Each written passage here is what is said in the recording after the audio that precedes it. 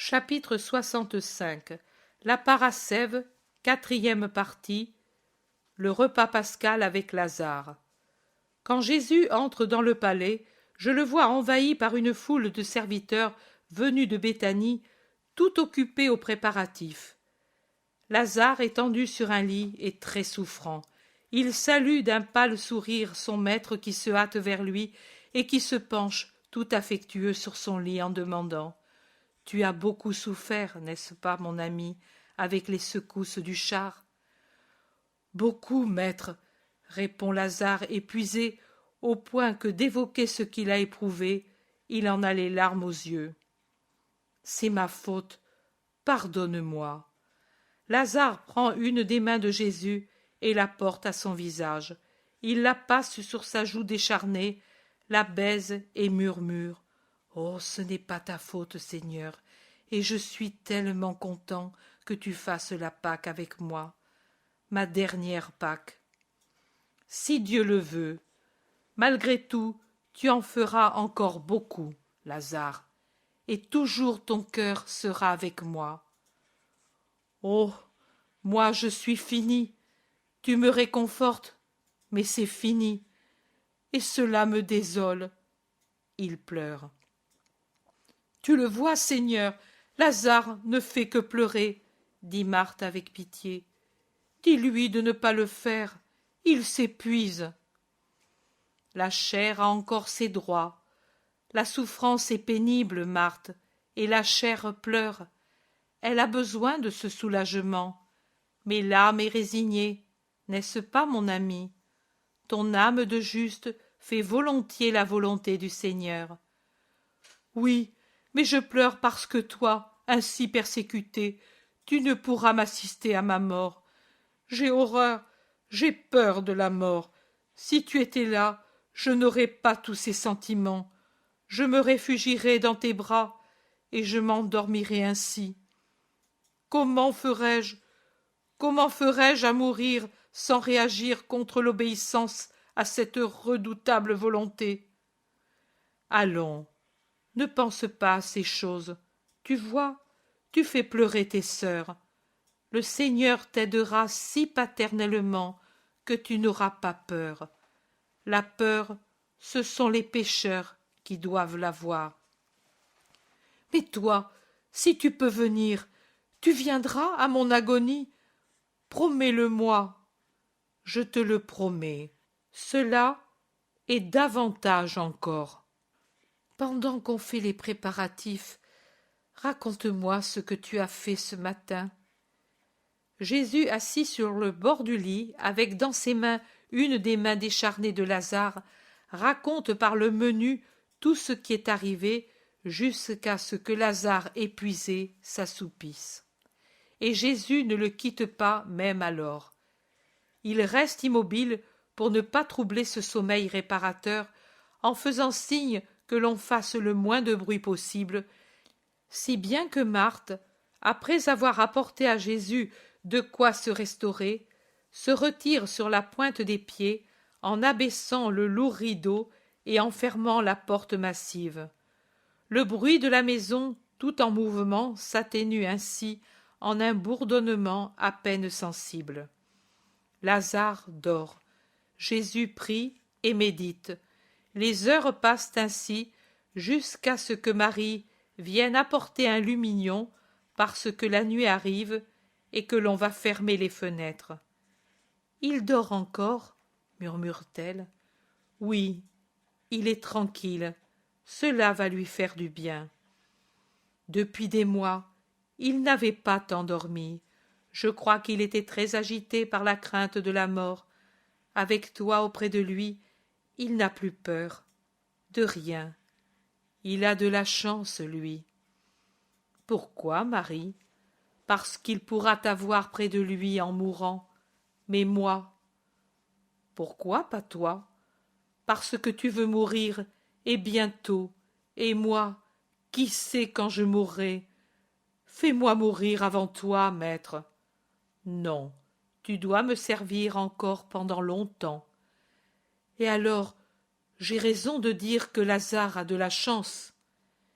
Les bien-aimés, auront tous de la chance comme lui, plus que lui. Qui sont-ils? Les purs, n'est-ce pas? Ceux qui savent aimer totalement. Toi, par exemple, Marie. Ô mon maître! Marie glisse par terre sur la natte multicolore qui couvre le dallage de cette pièce, et elle reste là, dans l'adoration de son Jésus. Marthe, qui la cherche, passe la tête à l'intérieur. « Viens donc, nous devons préparer la salle rouge pour la scène du Seigneur. » Non, Marthe, celle-là, vous la donnerez aux plus humbles, aux paysans de Giocana, par exemple. Mais pourquoi, maître? Parce que les pauvres sont autant de Jésus et que je suis en eux. Honorez toujours le pauvre que personne n'aime, si vous voulez être parfait. Pour moi, vous préparerez dans l'atrium, en tenant ouvertes les nombreuses portes qui donnent en son intérieur. Tous me verront, et moi je verrai tout le monde. Marthe, pas trop satisfaite, objecte. Mais toi, dans un vestibule, cela n'est pas digne de toi. Va, va, fais ce que je te dis. C'est très digne de faire ce que le maître conseille. Marthe et Marie sortent sans faire de bruit, et Jésus reste patiemment pour veiller l'ami qui repose. Les scènes sont toutes en train. La répartition des hôtes n'est guère juste du point de vue humain, mais elle est faite d'un point de vue supérieur, de manière à donner honneur et amour à ceux que le monde néglige habituellement. Ainsi, dans la splendide royale salle rouge, dont la voûte est soutenue par 2 colonnes de porphyre rouge entre lesquelles on a dressé la longue table, sont assis les paysans de Giocana avec Margiam, Isaac et d'autres disciples pour arriver au nombre requis. Dans la salle où eut lieu le repas le soir précédent, il y a d'autres disciples parmi les plus humbles. Dans la salle blanche, un rêve de candeur, se trouvent les disciples vierges, et avec elles, qui sont seulement 4, il y a les sœurs de Lazare et Anastasica et d'autres jeunes. Mais la reine de la fête, c'est Marie, la Vierge par excellence. Dans la pièce voisine, qui peut-être est une bibliothèque, car elle est garnie de hauts coffres sombres qui peut-être contiennent des rouleaux ou en contenaient, se trouvent les veuves et les épouses, avec à leur tête Élise de Bethsure et Marie d'Alphée, et ainsi de suite. Mais ce qui frappe, c'est de voir Jésus dans l'atrium de marbre. Il est vrai que le goût raffiné des 2 sœurs de Lazare a fait du vestibule carré un véritable salon éclairé, fleuri, plus splendide qu'une salle. Mais c'est toujours un vestibule. Jésus est avec les 12, mais à côté de lui, il y a Lazare, et avec Lazare, il y a aussi Maximin. Les scènes se poursuivent selon le rite, et Jésus rayonne de joie d'être au milieu de tous ses disciples fidèles. Une fois les scènes terminées, après qu'a été consommé le dernier calice, qu'a été chanté le dernier psaume, tous ceux qui étaient dans les différentes salles affluent dans l'atrium, mais ils n'y entrent pas à cause de la table trop encombrante. Allons dans la salle rouge, maître, nous pousserons la table contre le mur, et nous nous tiendrons tous autour de toi, suggère Lazare, et il fait signe aux serviteurs de prendre cette disposition. Maintenant, Jésus, assis au milieu, entre les 2 précieuses colonnes, sous un lampadaire qui l'éclaire vivement, élevé sur un piédestal fait de 2 lits-sièges qui servaient pour la scène, semble vraiment un roi assis sur son trône au milieu de ses courtisans. Son habit de lin qu'il a mis avant la scène brille comme s'il était fait de fils précieux, et il semble encore plus blanc en se détachant sur le rouge sombre des murs et le rouge lumineux des colonnes. Son visage est vraiment divin et royal pendant qu'il parle ou écoute ceux qui l'entourent. Même les plus humbles, qu'il a voulu très proches, se sentant aimés par les autres comme des frères, parlent avec assurance, en disant leurs espérances et leurs ennuis avec simplicité et foi. Mais le plus heureux parmi tant d'heureux, c'est le grand-père de Marc-Jam. Il ne quitte pas son petit-fils un seul instant, et il se délecte à le regarder, à l'écouter. De temps à autre, assis près de Marc-Jam qui est debout, il penche sa tête chenue sur la poitrine de son petit-fils qui la caresse. Jésus le voit faire plusieurs fois, et il interpelle le vieillard. « Père, ton cœur est heureux ?» « Oh, bien heureux, monseigneur, et cela ne me semble même pas vrai. Je n'ai plus qu'un désir. »« Lequel ? » ?»« Celui que j'ai dit à mon fils, mais lui ne l'approuve pas. »« Quel désir est-ce ? » ?»« C'est que je voudrais, si possible, mourir dans cette paix, bientôt au moins, car désormais le plus grand bien je l'ai eu. Une créature ne peut en avoir davantage sur la terre. M'en aller, ne plus peiner, aller, comme tu l'as bien dit au temple, Seigneur. Celui qui offre un sacrifice avec le bien des pauvres est comme celui qui égorge un fils sous les yeux de son père. Seule la crainte que tu lui inspires retient Giocana de rivaliser avec Doras. Il est en train de perdre le souvenir de ce qui est arrivé à l'autre. Ses champs prospèrent, et il les fertilise avec notre sueur. La sueur n'est-elle pas peut-être le bien du pauvre, son propre lui-même qui l'épuise dans des fatigues supérieures à ses forces? Il ne nous frappe pas, il nous donne seulement de quoi résister au travail. Mais ne nous exploite-t-il pas plus que des bœufs? Dites-le, vous, mes compagnons. Les paysans anciens et nouveaux de Giocana acquiescent.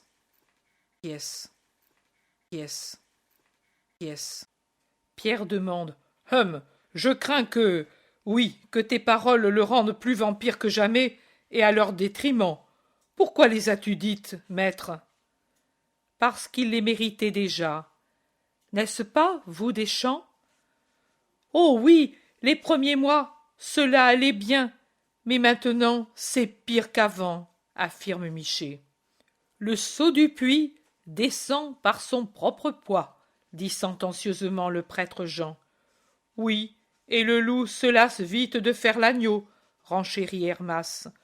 Les femmes murmurent entre elles, apitoyées. Jésus, les yeux dilatés par la pitié, regarde les pauvres paysans, affligé de son impuissance à les soulager. Lazare dit. J'avais offert des sommes folles pour avoir ces champs et leur donner la paix, mais je n'ai pas réussi à les avoir. Doras me hait, semblable en tout à son père. Eh bien, nous mourrons ainsi, c'est notre sort. Mais il viendra bien le repos dans le sein d'Abraham, s'exclame Saül, autre paysan de Giocana. Dans le sein de Dieu, fils, dans le sein de Dieu, la rédemption sera accomplie, les cieux seront ouverts, et vous, vous irez au ciel, et voilà qu'au portail, on frappe des coups vigoureux qui retentissent fortement. Toute l'assemblée est en état d'alerte. Qui est-ce? Qui circule un soir de Pâques? Des troupes? Des pharisiens? Des soldats d'Hérode? Mais alors que l'agitation s'étend, apparaît Lévi, le gardien du palais. « Pardonne au rabbi, dit-il, il y a un homme qui te demande. Il est dans l'entrée, il paraît très affligé, il est âgé et me semble être du peuple. Il te veut, toi, et vite. » Pierre dit. « Oh là là, ce n'est pas un soir de miracle, qu'il revienne demain. » Non, toute soirée est une heure de miracle et de miséricorde, dit Jésus, et il se lève et descend de son siège pour aller vers l'atrium. « Tu vas seul? Je viens moi aussi, dit Pierre. « Non, toi reste où tu te trouves. » Il sort à côté de Lévi. Au fond, près du lourd portail, dans l'atrium à demi obscur, car on a éteint les lampes qui éclairaient auparavant, il y a un vieillard très agité. Jésus l'aborde. « Arrête-toi, maître, j'ai peut-être touché un mort, et je ne veux pas te contaminer. Je suis le parent de Samuel, l'époux d'Analia. Nous consommions la scène, et Samuel buvait, buvait, comme il n'est pas permis de le faire. Mais le jeune homme me paraissait fou depuis quelque temps. C'est le remords, Seigneur.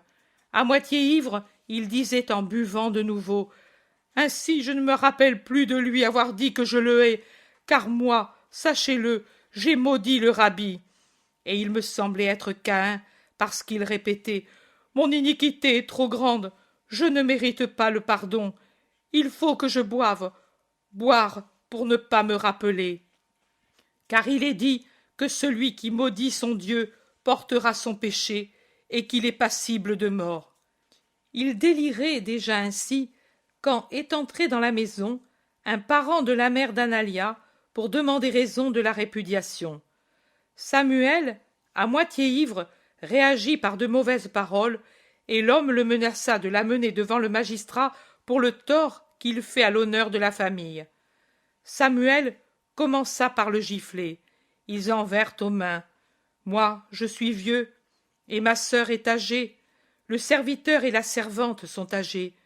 Que pouvions-nous faire, nous quatre, et les deux filles, les sœurs de Samuel? Nous pouvions crier, essayer de les séparer, rien de plus. Et Samuel prit la hache à l'aide de laquelle nous avions préparé le bois pour l'agneau, et il en asséna un coup sur la tête de l'autre.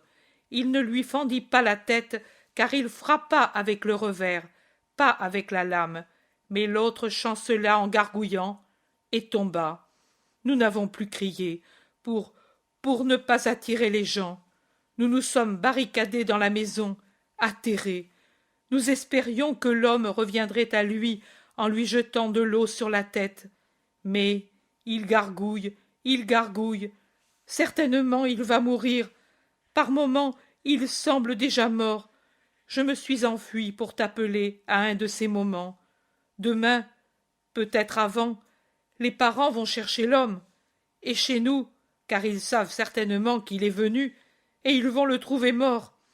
Et Samuel, selon la loi, sera tué. Seigneur, Seigneur, le déshonneur est déjà sur nous. Mais cela, non. Pitié pour ma sœur, Seigneur. Lui t'a maudit, mais sa mère t'aime. Que devons-nous faire? Attends-moi ici. Je viens. Et Jésus revient vers la salle en appelant de la porte: Judas de Kériote, viens avec moi. Où, Seigneur? Dit Judas en obéissant aussitôt. Tu vas le savoir. Vous, restez en paix et amour. Nous serons bientôt de retour. Ils sortent de la salle, du vestibule, de la maison. Les rues désertes et sombres sont vite parcourues. Ils arrivent à la maison fatale. La maison de Samuel? Pourquoi? Silence, Judas. Je t'ai pris parce que j'ai confiance en ton bon sens. Le vieillard s'est fait reconnaître. Ils entrent. Ils montent à la pièce du cénacle où on a traîné celui qui a été frappé. Un mort? Mais, maître, nous allons nous contaminer. Il n'est pas mort. Tu vois qu'il respire, et tu entends qu'il râle. Maintenant, je vais le guérir. Mais il a un coup à la tête. Ici, il y a eu un crime. Qui l'a frappé? Et le jour de l'agneau? Judas est terrifié.